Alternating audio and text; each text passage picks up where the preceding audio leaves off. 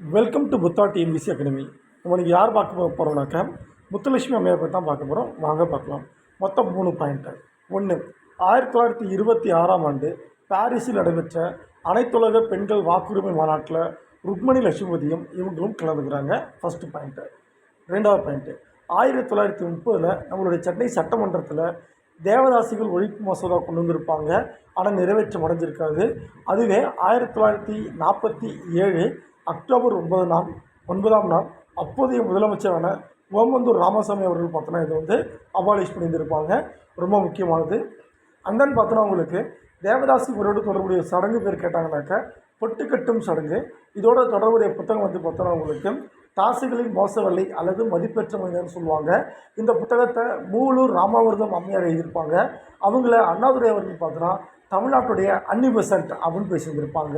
And ஃபைனலாக இவங்க தான் தமிழ்நாட்டுடைய முதல் பெண் மருத்துவர், தமிழ்நாட்டுடைய முதல் பெண் சட்டமன்ற உறுப்பினர். காரணம் 1921ஆம் ஆண்டு பெண்களுக்கு நீதி கட்சி வாக்குரிமை கொடுத்துருப்பாங்க.